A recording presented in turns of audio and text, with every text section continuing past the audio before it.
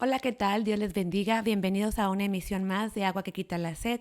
Mi nombre es Beatriz Silva y el día de hoy continuaremos hablando acerca de la liberación y ese tipo de demonios que se manifiestan muchas veces en los hijos de Dios y lo importante que es que un hijo de Dios sea liberado. Pastor Noé Rivera, bienvenido. Gracias, Betty. Nos da mucho gozo estar aquí una vez más, hablando de este tema que es tan importante y esencial para el Hijo de Dios, que es la liberación. Así es, Pastor. El programa pasado nos estuvo hablando un poco sobre la depresión, sobre esas opresiones que vienen y sobre esos demonios que atormentan a la gente. Sí, primero que nada, quiero hacer la diferencia entre la posesión demoníaca y que una persona tenga un demonio.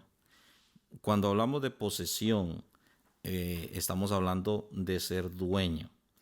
Y ningún demonio puede poseer a un hijo de Dios, porque ha pasado de muerte a vida y su Padre es Dios y Él es su dueño.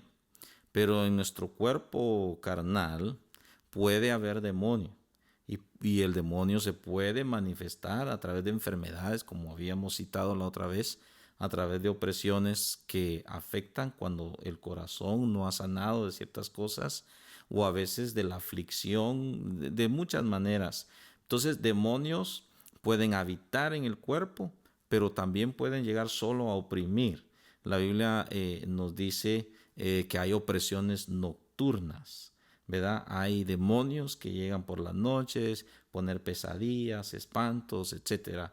Esos son demonios que oprimen, pero no quiere decir que una persona está poseída, hablando del Hijo de Dios. Tenemos que hacer la diferencia. Entonces hay posesión demoníaca, que es para los impíos, tener demonio que puede existir aún en los hijos de Dios, y ser oprimido por Satanás, que también puede ocurrirle al Hijo de Dios. Entonces habíamos citado a David, que en la aflicción David sentía esa angustia de lo que estaba pasando. Entonces una persona poseída es alguien que ya no tiene control de sí mismo, me imagino. Si una persona poseída pierde control de su mente, habla locuras, como miramos mucha gente en las calles hablando solos, eso pierden la noción de quiénes son. Pero también vemos gente poseída porque no tiene control de sí mismo, no son dueños de sí mismos, poseídas por espíritus de alcoholismo, de drogadicción, tantas cosas que los demonios hacen caer a una persona. Entonces están poseídos y ellos ya no tienen ni siquiera la voluntad, porque ya todo eso se los ganó el demonio. Pero para un hijo de Dios, tener un demonio es que está en su cuerpo y se manifiesta a veces, como dije otra vez, acerca de enfermedades, pero también de opresiones, de abrir puertas en el corazón para que vengan pensamientos, opresiones, y ahí es donde la persona entra en depresión.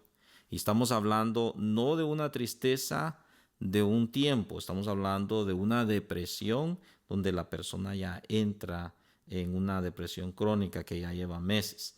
La depresión entonces trae angustia y trae ansiedad, y eso va a finalmente a traerle a la persona pánico, porque es algo progresivo. Y entonces nos vamos de la depresión a la ansiedad, al ataque de pánico, y luego lo que sigue es el suicidio. Que por eso vemos nosotros que tanta gente ahora se suicida. Muchos. Eso es como algo que explotó. Y explotan porque no pueden, no tienen control, no pueden salir de esa depresión muchas veces, y lo que deciden es quitarse la vida. Pero es el mismo demonio el que los impulsa a quitarse la vida. Porque la Biblia dice que todo mundo cuida su cuerpo. Uno se martilla un dedo y lo que quiere es chupárselo porque le duele.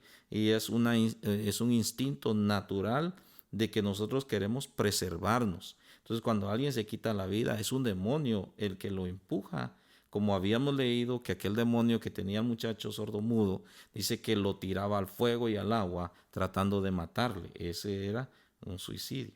Sí, claro, porque Satanás usa sus demonios precisamente para destruir y para matar a la gente. Claro. Entonces, mira, encontramos en el capítulo 55 del libro de Salmos, dice Salmo de David también, mi corazón está dolorido dentro de mí y terrores de muerte sobre mí han caído, dice. Temor y temblor vinieron sobre mí y terror me ha cubierto. Fíjate lo que él siente. Otra vez vamos a repetir, aquí lo que estamos viendo es una opresión de Satanás, ¿verdad? En ningún momento vamos a decir que David tuvo demonio, porque no es así. Y dije, ¿quién me diese alas como de paloma? Fíjate, lo que él quiere hacer es desaparecer. Yo no sé cuánta gente ha querido desaparecer de su vida. Yo he oído gente que dice quisiera irme bien lejos, donde nadie me conozca y quisiera empezar de nuevo y no saber de nadie ni que nadie me llame, etcétera. Esto es lo que está pasando David. Dice, ¿quién me diese alas como de paloma? Volaría yo, dice, y descansaría. Ese es el pensamiento. Ciertamente huiría lejos, moraría en el desierto, me apresuraría a escapar del viento borrascoso, de la tempestad, o sea, huir de los problemas que lo están agobiando. Y mucha gente hace eso, se van. Mucha gente escapa y dice, ya no aguanto más aquí. Hay hijos que se van de la casa, hay esposos que abandonan el hogar, hay esposas que abandonan el hogar, hay gente que decide ya no quiere saber más de nadie y entonces va. Ahora, el Hijo de Dios experimenta situaciones similares porque llegan opresiones a hacerle pensar que está solo, que Dios no le oye, que no puede orar. Entonces, porque hay opresiones diabólicas, satánicas que lo están oprimiendo y a veces no se da cuenta de eso. Alguien llega a un apartamento a rentar y no sabe si abajo están haciendo brujería, si a los lados alguien está haciendo cosas que no debe y esos espíritus inmundos andan ahí, porque la Biblia dice, el capítulo 6, hablando de estos demonios, dice que andan en las regiones celestes. Eso quiere decir que andan en el aire viendo a ver a quién pueden atacar y destruir. Entonces el cristiano está expuesto a eso. Y lo único que lo puede hacer resistir, la Biblia dice, resistid al diablo y huirá de vosotros. Pero el versículo anterior dice, someteos bajo la poderosa mano de Dios. Y luego dice, resistid al diablo y huirá de vosotros. Entonces, si yo estoy bajo la cobertura de Dios, el diablo lo puedo resistir y tiene que huir. Pero si no, entonces él viene y puede hacerme daño. Entonces es muy necesario que en este caso, como veíamos en el episodio pasado, de los episodios pasados hablaba usted sobre las obligaciones de un pastor. Entonces ahí es donde entra ese trabajo del pastor en revisar a su oveja, porque hay muchas ovejas que están en depresión, sí, que están en condiciones de crisis de ansiedad, de tristeza continua. Sí, sí. Por eso la Biblia dice a los pastores, hay un salmo que dice, preocúpate por el estado de tus ovejas. Y hay una preocupación del pastor de ver, de cuidar, de velar por la oveja, porque muchas veces entra en esa depresión y tristeza y entonces se va alejando y no quiere que nadie lo visite, no quiere, pero el pastor debe de saber que esa persona tiene un problema y que el problema no es contra él. Por eso uno tiene que entender, nuestra lucha no es contra sangre y carne. Y yo como pastor debo de entender que cuando alguien tiene una situación hay algo detrás. Yo veo los síntomas es que se aleja de mí, que no quiere nada conmigo, pero yo debo de entender, hay algo ahí.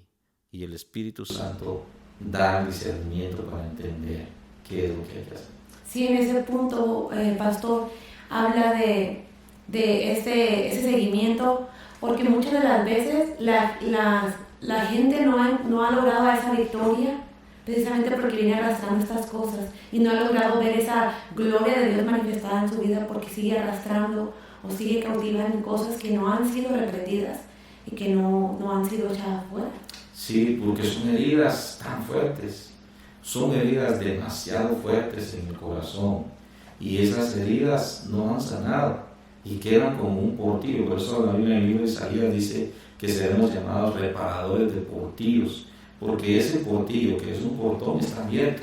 ¿Y qué es lo que pasa? Que entonces toda especie de animal puede entrar a comerse la fruta que está dentro de ese cerco, porque hay un portillo que está ahí. Entonces hay que reparar ese portillo, hay que cerrarlo.